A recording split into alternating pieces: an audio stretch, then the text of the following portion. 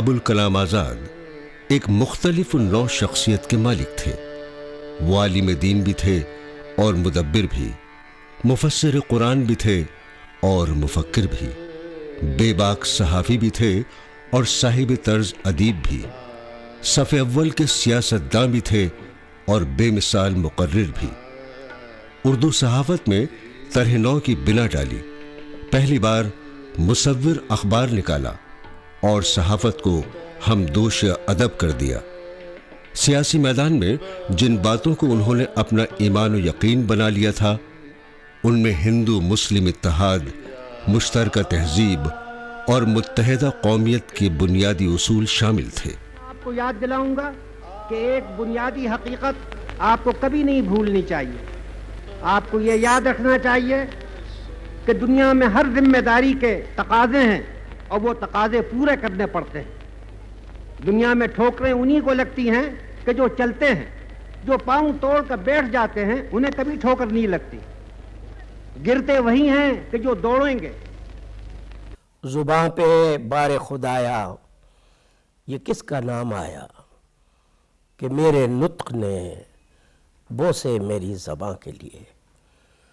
مولانا ابوالکلام آزاد ہندوستان کی تحریک آزادی کا ایک زرعی باب، ایک عبقری شخصیت، عجیب و غریب، ایک دیوزاد انسان اور رہنما، قائد، مدبر، انشا پرداز، ادیب، خطیب۔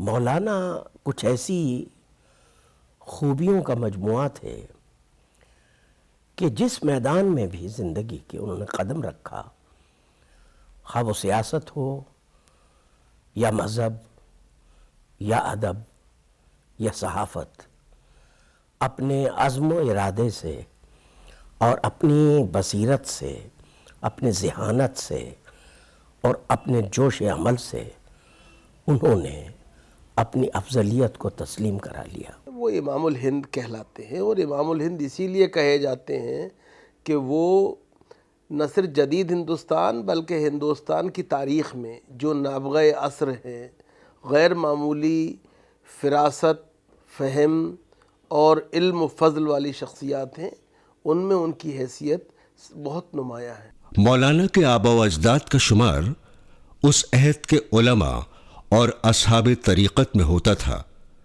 مولانا آزاد کے والد مولانا خیر الدین تقریباً 25 سال کی عمر میں ہجرت کر کے مکہ معظمہ چلے گئے۔ مولانا خیر الدین عالم دین اور صاحب تصنیف تھے۔ ان کی شادی مدینہ منورہ کے مشہور عالم شیخ ظاہر وطری کی صاحبزادی سے ہوئی۔ عالم کی حیثیت سے شیخ ظاہر وطری کی عرب دنیا میں بہت شہرت تھی۔ مولانا ابوالکلام آزاد سن 1888 میں مکہ معظمہ میں پیدا ہوئے۔ تعلیم کی ابتدا مکہ معظمہ میں روایتی طور پر قرآن شریف سے ہوئی۔ ابتدا میں ان کے والد سبھی بچوں کو عربی و فارسی خود پڑھاتے تھے، مگر ان کی مصروفیت اور علالت کی وجہ سے ہندوستان آنے سے پہلے ہی کچھ باہر کے اساتذہ سے بھی دونوں بھائیوں نے عربی، فقہ، منطق اور دوسرے علوم کی تعلیم حاصل کی۔ سن 1898 میں مولانا ابوالکلام آزاد کے والد مولانا خیر الدین بغرض علاج مع اہل و عیال کلکتہ آ گئے اور پھر واپس نہیں گئے۔ یہاں کے علاج سے پوری طرح ٹھیک ہو گئے۔ مولانا آزاد کے والد نے کلکتہ میں مسجد ناخدا اور مسجد ٹیپو سلطان تعمیر کروائی۔ اس کے علاوہ اور بھی کئی خیر و برکت کے کام کیے۔ وہ پیر کی حیثیت سے ہندوستان اور بیرون ہندوستان کافی مشہور تھے۔ ان کے مریدوں کی تعداد ہزاروں میں تھی۔ 15 اگست سن 1908 کو کلکتہ میں ان کا انتقال ہو گیا۔ مولانا کے والد نے عربی، فارسی اور مذہبی تعلیم پر اتنا زور دیا کہ مولانا کی اردو کی تعلیم کسی حد تک نظر انداز ہو گئی۔ اردو کا شوق مولانا آزاد کو خود بخود پیدا ہوا۔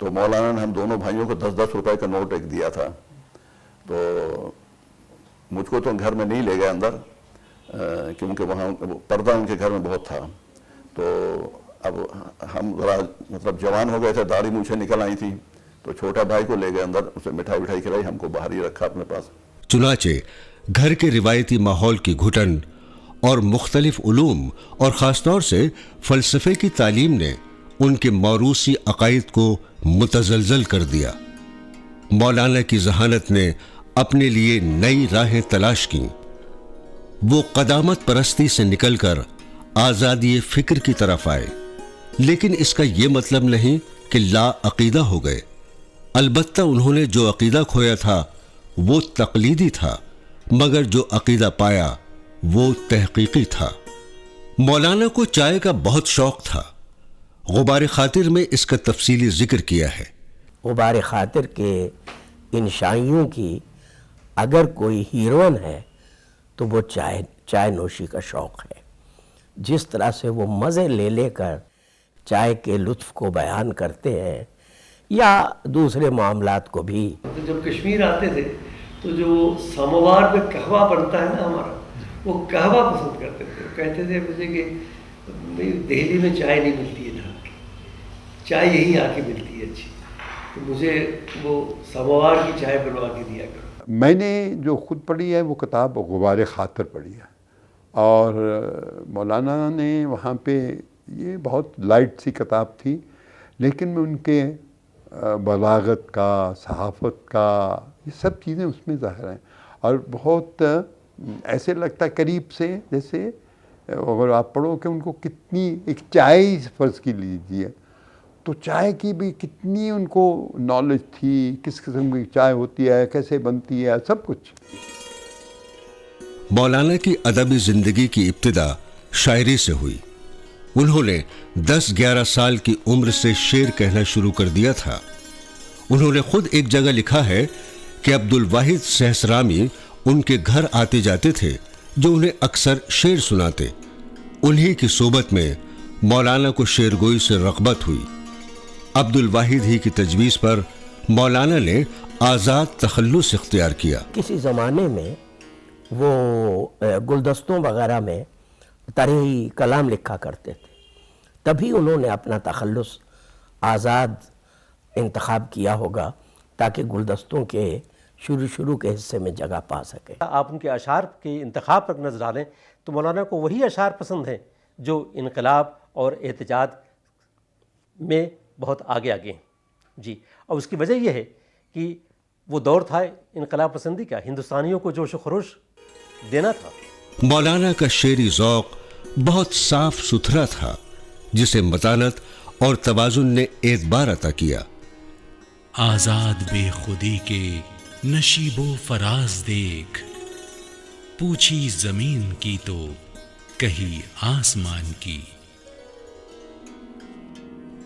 اس نے تلواریں لگائیں ایسے کچھ انداز سے, دل کا ہر ارماں فدائے دست قاتل ہو گیا. یہ بھی قیدی ہو گیا آخر کمندے زلف کا, لے اسیروں میں تیرے آزاد شامل ہو گیا. لیکن یہ اردو شاعری کی بدقسمتی ہے کہ وہ بت شعر سے سلسلہ راز و نیاز زیادہ عرصے قائم نہ رکھ سکے اور ایک فطری شاعر سیاست کی بھیٹ چڑھ گیا. نثر میں مولانا نے آراستہ و پیراستہ اسلوب کے ذریعے انفرادیت قائم کی. اس کے ذریعے وہ عوام کو نہیں بلکہ دانشوروں کو مروب کرنا چاہتے تھے. گو کہ مولانا کی ساری نثر آراستہ و پیراستہ اسلوب میں نہیں ہے, پھر بھی اس کا زیادہ حصہ ایسا ہی ہے. تحریر تو کچھ بھی ہو سکتی ہے, موضوع کچھ بھی ہو سکتا ہے. موضوع تو جغرافیہ کا, تاریخ میں, سائنس کا بھی ہو سکتا ہے, لیکن اس میں اسلوب جو ہے وہ ادب کے ذیل میں اسے شامل کرتی ہے, اور اگر اس میں اسلوب نہیں ہے تو ادب کے ذیل میں شامل نہیں ہوا, خواہ کتنا ہی ادبی موضوع ہو. ہمارے ہاں آپ کی نظر میں ہے کہ بہت سی کتابیں, بہت سے موضوعات ہیں, بہت سی تحریریں ہیں جو خالصتاً ادبی موضوعات ہیں, لیکن ان میں اسلوب کی کمی نے اسے ادبی ہونے سے قاصر رکھا۔ حضرت موہانی کا مشہور شعر ہے، جب سے دیکھی ابو الکلام کی نثر، نظم حسرت میں بھی مزہ نہ رہا۔ اس کی وجہ یہ ہے کہ ان کی نثر جب سے الہلال نکلنا شروع ہوا، اس کی ایسی دھوم مچی کہ شبلی نے خود ان سے ملاقات کا ارادہ کیا، اور ہر شخص ان کی نثر کی، ان کے خطبات کی، ان کی تقریروں کی، ان کی ادبیت کی داد دینے لگا۔ مولانا کی نثر میں جو جلال ہے، جو خطابت ہے، اس میں جو ڈرامائیت ہے، مولانا کی نثر میں جو اجتماعی زندگی میں ہلچل پیدا کر دینے کی طاقت ہے، یہ ساری چیزیں آپ کو اردو نثر پر ظاہر ہے کہ شاعری کا اثر بہت رہا ہے۔ شاعرانہ مولانا کی نثر میں شعر کا استعمال تو بہت ہوا ہے، شاعری کا استعمال بہت ہوا ہے، لیکن اشعار کے استعمال کے باوجود وہ نثر صرف شاعرانہ نہیں ہے، وہ نثر اس میں صلابت بہت ہے، مضبوطی بہت ہے، استحکام بہت ہے۔ جب انہوں نے قوم کو مخاطب کیا الہلال والبلاغ میں تو وہ اسلوب دوسرا تھا، لیکن جب انہوں نے تذکرہ لکھا تو فارسی اور عربی زدہ تراکیب کا استعمال بہت زیادہ ہوا، لیکن اس کے بعد جب انہوں نے ترجمان القرآن لکھا تو اتنا سادہ اور سلیس لکھا کہ ہر آدمی کی سمجھ میں وہ آسانی کے ساتھ آ جائے، اور انہوں نے اس کا ذکر بھی کیا ہے کہ اس کا اسلوب نگارش ایسا ہے کہ صرف خواصی نہ سمجھیں بلکہ عوام بھی اس اسلوب نگارش کو سمجھ لیں۔ مولانا نے اپنی تصنیفات کے ایک بڑے ذخیرے سے اردو کو مالا مال کیا ہے۔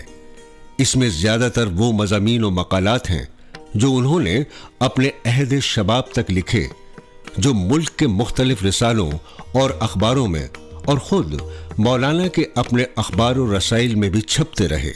ان میں بہت سے مضامین نہایت اہم ہیں، جن میں کچھ علمی ہیں تو کچھ معلوماتی، کچھ تحقیقی ہیں تو کچھ اصلاحی، کچھ میں فکر و فلسفے کی گہرائی ہے تو کچھ میں انشاء کا زور اور اسلوب کی رنگینی ہے تو کچھ خطابت کا نمونہ ہے۔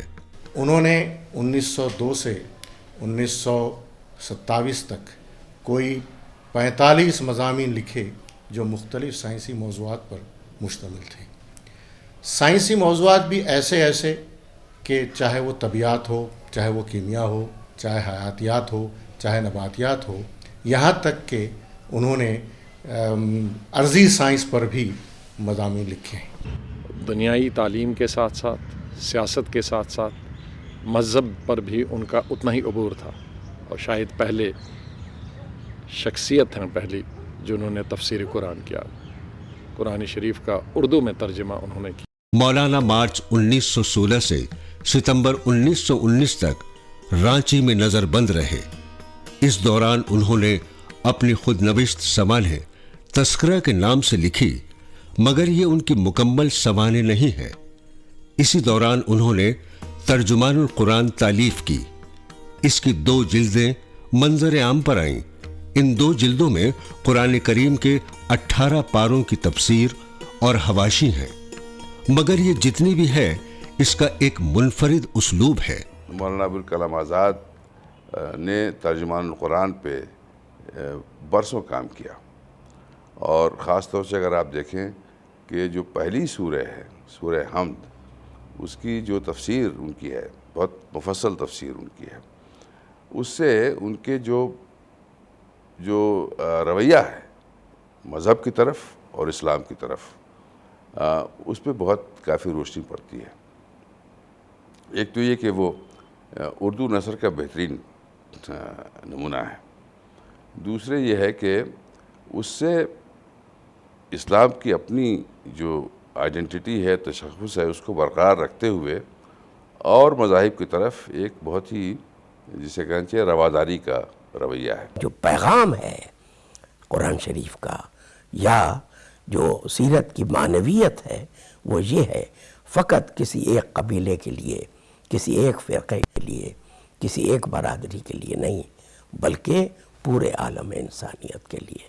مولانا بھی اس پیغام کو اپنے دل نشین جملوں اور اپنی خوبصورت رسیلی نثر کے ذریعے اپنے پڑھنے والے کے دل میں اتار دیتے۔ ترجمان القرآن میں وید کا بھی ذکر ہے، پران کا بھی ذکر ہے، کتنے لوگ یہ بات جانتے ہیں، اور اس کو اس کے زاویوں سے اسلام کو سمجھایا گیا ہے ایز اے ریشنل، اور ساتھ ساتھ یہ بھی کہا گیا ہے کہ جو اسلام ہے وہ کامن انسان کے لیے ہے، وہ کسی اسکالر کے لیے نہیں ہے، وہ کسی کامنٹیٹر کے لیے نہیں ہے، مفسر کے لیے نہیں ہے، مگر لوگوں نے اتنا کمپلیکیٹ کر دیا ہے اس کو مختلف اسکالرز نے اور مختلف صدیوں میں کہ لوگ جو ہیں وہ دور سے دور تر ہوتے چلے گئے ہیں۔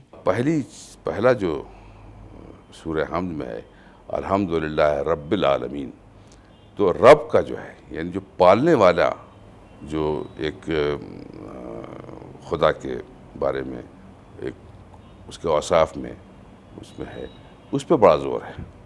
یعنی رب جو ہے وہ اس چیز پہ امتیاز نہیں کرتا ہے کہ کون جو ہے وہ غریب ہے یا کون امیر ہے یا کون جو ہے وہ کس مذہب کا ہے، کس رنگ کا ہے۔ رب العالمین اس پہ بڑا زور ہے، اور اس کی جو تفسیر انہوں نے لکھی ہے وہ واقعی ایک طرح سے مشعل راہ لوگوں کے لیے ثابت ہو سکتی ہے۔ صرف ترجمان القرآن کی جو تحریریں ہیں وہ ان کو ادبی شاہکار میں شمار کرنے کے لیے ہمیں مجبور کرتی ہیں۔ جہاں جہاں تفسیر کے ذیل میں جہاں جہاں ان کا بیانیہ اسلوب شامل ہوتا ہے، وہاں لگتا ہے کہ مولانا کا قلم جو ہے وہ ایک فیل بے زنجیر کی طرح سے یا ایک رواں دریا ہے جو آگے کی طرف بڑھتا جا رہا ہے، اور اتنے خوبصورت جملے، ظاہر ہے کہ قرآن مذہبی کتاب ہے، صحیفہ آسمانی ہے، اس میں اسلوب و انشاء کی گنجائش نہیں تھی، لیکن مولانا نے، اور میرا یہ خیال ہے کہ تمام مفسرین کی تفسیروں میں، اور مولانا آزاد کی جو تفسیر ہے اس کی انفرادیت یہ ہے کہ مولانا نے اس کو ادبی اسلوب اور آہنگ سے بھی ہم روشناس کیا ہے۔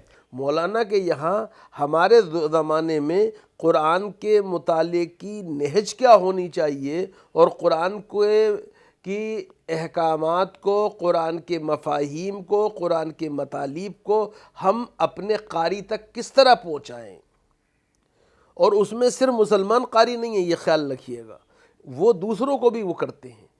اسی لیے اگر آپ دیکھیں تو صرف سورہ فاتحہ جو ہے، جو قرآن کی ظاہری بات ہے کہ پہلی سورت ہے، اور پورا قرآن جو کہ اس کے جواب میں ہے، جو کچھ ہم نے سورہ فاتحہ میں بندہ عرض کرتا ہے، بقیہ پورا قرآن اسی کا جواب ہے، چونکہ بندہ کیا کہتا ہے؟ اہدنا الصراط المستقیم صراط الذین انعمت علیہم غیر المغضوب علیہم ولا الضالین۔ یا اللہ مجھے سیدھے راستے پہ چلنے کی ہدایت دے، اور سیدھا راستہ بھی جو ہے وہ جس پہ چلنے والے تیرے انعام کے مستحق قرار پائے، نہ کہ وہ جن پہ تیری پھٹکار ہوئی یا جو ضالین میں شمار کیے گئے۔ پورا قرآن اس کا جواب ہے۔ مولانا جو ہیں انہوں نے اسی لیے، یہ غیر معمولی بات ہے اور اس کی بڑی اہمیت ہے کہ انہوں نے سورہ فاتحہ کی تفسیر پورے ایک والیوم میں لکھی، چونکہ وہ اس کو انسانیت کے ایک کا جو رشتہ انسلاک ہے، رشتہ اتحاد ہے، اور رشتہ اخوت و مساوات ہے، اور اس کا رب بندے سے رب کا جو تعلق ہے، رب کی کبریائی جو ہے، بندے کا عجز جو ہے، ان سب کو وہ بڑی خوبصورتی سے اس کے اندر بیان کرتے ہیں۔ اور وہی بات جو کہ کہی گئی کہ وحدت الہ، وحدت آدم اور وحدت دین، کہ جو ان کا پورا کی تھیوری ہے اور جو بالکل صحیح ہے قرآن کے مطابق، اس کو پیش کرتے ہیں۔ مولانا آزاد کی ایک کتاب آزاد کی کہانی خود آزاد کی زبانی ہے، جو وفات کے بعد سن 1958 میں شائع ہوئی۔ یہ کتاب مولانا ابوالکلام آزاد نے 1921 میں علی پور سینٹرل جیل میں مولانا عبدالرزاق ملیح آبادی کو بول کر لکھوائی تھی۔ مولانا کی 2 کتابیں اور ہیں، غبار خاطر اور انڈیا ونس فریڈم۔ اس کتاب کو پڑھنے کے بعد مجھے خیال آیا کہ مولانا نے اس کا نام تو رکھا ہے انڈیا ونس فریڈم، یعنی ہندوستان نے آزادی جیتی، لیکن دراصل وہ ہندوستان کی فتح سے زیادہ ایک کہنا چاہیے قومی اقدار کی، یہ مشترکہ اقدار کی شکست کی کہانی بھی سناتی ہے۔ یعنی کس طریقے سے ایک قوم جو متحد تھی، جس کا اتحاد ہندو، مسلمان، سکھ، عیسائی کسی تفریق کے بغیر، رنگ، نسل، مذہب کسی طرح کی تفریق نہیں تھی، ایک تھا، وہ کس طرح پارا پارا ہو گئی۔ اور مولانا نے وہ کتاب ایک بہت ہی اداسی کے عالم میں، یعنی گویا کہ ایک بہت ہی ملال کی کیفیت کے ساتھ یہ کتاب لکھی ہے۔ کبھی کبھی تو اس کا ترجمہ کرتے وقت مجھے خیال آتا تھا کہ مولانا نے شاید اپنے آنسو روک کر کے یہ حصے ڈکٹیٹ کروائے ہوں گے ہمایوں کبیر کو. ظاہر ہے کہ وہ ڈکٹیشن دیتے تھے, ہمایوں کبیر لکھتے تھے, بعد مولانا اس پر نظر ثانی کرتے تھے اور وہ کتاب پھر دے دی جاتی تھی کمپوز کرنے کے لیے.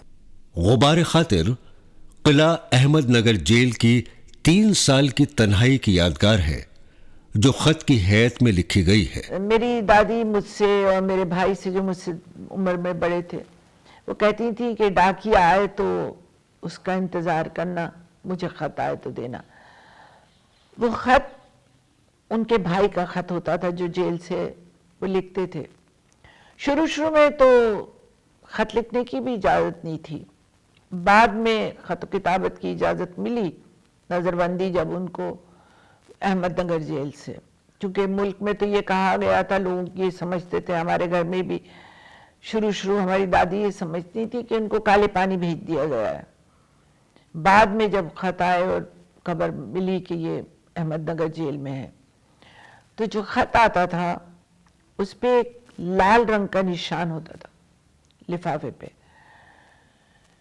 وہ سینسر ہو کے آتے تھے. موضوع کے اعتبار سے غبار خاطر ادب, تاریخ اور ثقافت کا خوبصورت امتزاج ہے. غبار خاطر کا جو اسلوب ہے صرف خطوط تک محدود نہیں ہے, بلکہ آپ یہ دیکھیے کہ اس میں انشائیے بھی شامل ہیں اور مقالے بھی شامل ہیں.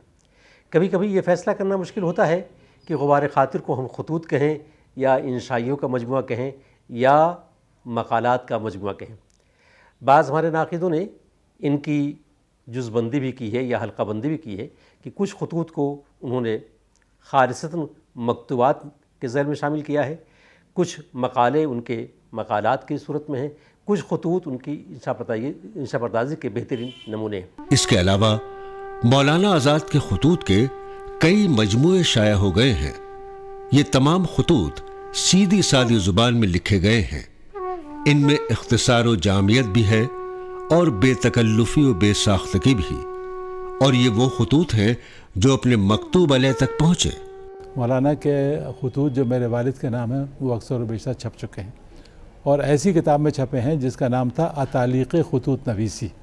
اس میں اس زمانے کے اکابر کے خطوط تھے, اس میں مولانا کے خط بھی ہیں. لیکن مولانا کے خطوں کی خصوصیت یہ ہے کہ جو کچھ رائے انہوں نے یعنی پچھلی صدی کے بالکل ابتدا میں تھی وہ مرتے دم تک اس کو بھلایا نہیں, اسی پر قائم رہے اور نہایت مستقل مزاجی سے قائم رہے. مولانا آزاد ایک بہترین مقرر بھی تھے. انہوں نے اپنی تقریروں اور خطبات کے ذریعے قوم کو بیدار کیا. ان کے خطبات بہت مؤثر ہوتے تھے, ان میں بڑا جوش اور ولولہ ہوتا تھا. یہ تمام خطبات مرتب ہو کر شائع ہو گئے ہیں. مولانا کو قومی و سیاسی امور نے پوری طرح جکڑ رکھا تھا, جن کی وجہ سے روز روز کا سفر درپیش رہتا تھا. پھر ان کے اخبارات بھی تھے جن کی فکر ان کو ستاتی رہتی تھی. ان سب کے باوجود انہوں نے اردو ادب کی جھولی میں جو نوادرات ڈال دیے ہیں, اردو ادب کا تاریخ نگار کبھی ان سے صرف نظر نہیں کر سکتا. میں یہ تو نہیں کہہ سکتا کہ میں مولانا کی رائٹنگ کے متعلق عالم ہوں, لیکن یہ مان کے چلتا ہوں کہ میں نے مولانا کی رائٹنگ سے بہت کچھ سیکھا ہے. بطور ہندوستان کے انفارمیشن منسٹر کی میں نے الحال کی پوری تاریخ پڑھی تھی, اور الحال نے کیا رستہ دکھایا. آج اردو والے اور وہ لوگ جو اردو والے نہیں ہیں وہ بھی اگر مولانا کی باتیں پڑھیں یا سنیں تو ان کو اپنا فائدہ تو ہوگا ہی, لیکن ان کی قوم کا فائدہ بھی ہوگا. جو بھی ان کے رائٹنگز ہیں اور ان کی جو سپیچز ہیں, اگر اس کو مجموعی طور پر دیکھا جائے تو وہ سب ہی ایک طرح سے کلاسکس ہیں اردو پروز کے.